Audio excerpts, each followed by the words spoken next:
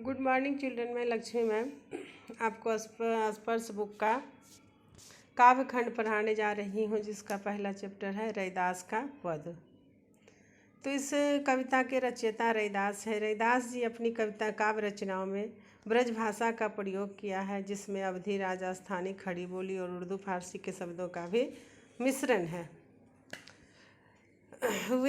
इनका आत्मनिवेदन, दैन्य भाव और सहज भक्ति पाठक के हृदय को उद्वेलित करता है। रैदास के 40 पर सिखों के पवित्र ग्रंथ गुरु ग्रंथ साहिब में भी लिखा हुआ मिलता है। यहाँ आपके किताब में रैदास के 2 पद लिए गए हैं, जिसमें रैदास के प्रथम पद में कबीर अपने आराध्य को याद करते हुए उनसे अपनी तुलना करता है। वह प्रभु कहीं मंदिर या मस्जिद में नहीं विराजता, वरन उसके अपने अंतस्थ में सदा विद्यमान रहता है। यही नहीं, हर हाल में, हर काल में उससे श्रेष्ठ और सर्वगुण संपन्न है, इसलिए कभी उन जैसा बनने की प्रेरणा लेता है।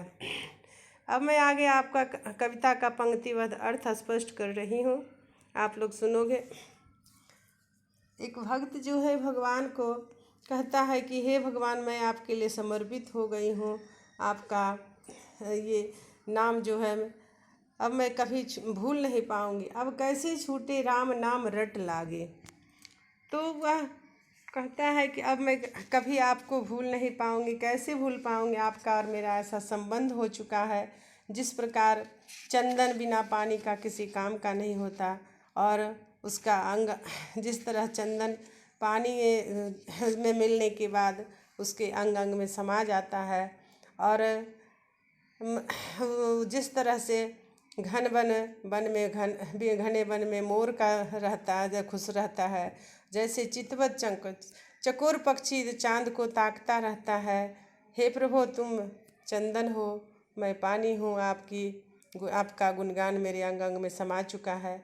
तुम घने वन हो और हम मोर हैं, और जैसे चकोर पक्षी चांद को ताकता रहता है, देखता रहता है, उसी प्रकार मैं आपके राह को देखती रहती हूँ, आपके मिलन के लिए व्याकुल रहती हूँ। प्रभु जी, आप दीपक हैं और हम बाती हैं, जिसकी ज्योति दिन रात मेरे हृदय में जलती रहती है।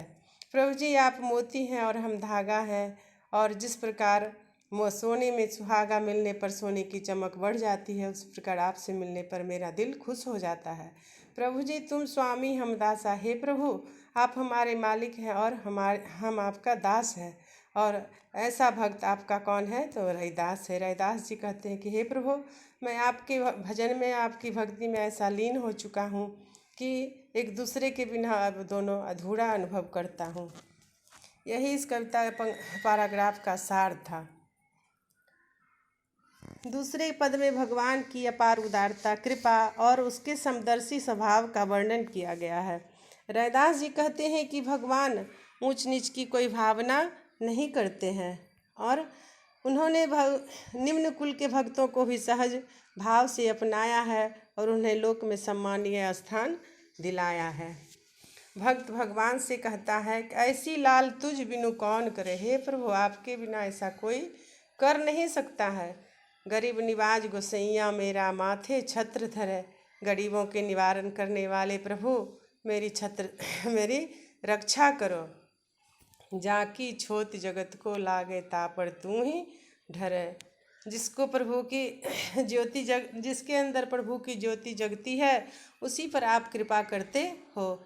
नीच ऊंच करे मेरा गोविंद, का होते न डरे। मनुष्य जो है आपस में ऊंच नीच का विचार करता है, किंतु आप किसी के प्रति यह ऊंच नीच की भावना नहीं रखते हैं, और मनुष्य जो है ऊंच नीच की भावना करने वाले लोगों से डरते हैं, लेकिन आप किसी से मतभेद नहीं करते हैं।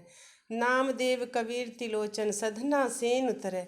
ये सारे संत का नाम है। नामदेव, कबीर, तिलोचन, सधना, ये सब संत महात्मा थे। इन लोगों ने दूसरे के परोपकार के लिए क्या किए थे? ये चारों साधु जो थे, अपने शरीर को दूसरे की भलाई के लिए त्याग दिए थे, भगवान के भजन में लीन होकर के। कह रविदास सुनोड़े संतो, हरि जियो ते सभय सरे। जिस पर हरि की कृपा होती है, वे सभी इस संसार से तर जाते हैं। फिर से मैं एक बार इसको दोहराऊंगी अगले दिन। आज आप इसे पढ़ोगे और समझोगे। किसी पंक्ति का अर्थ समझने में दिक्कत हो तो फिर से पूछताछ करोगे। धन्यवाद।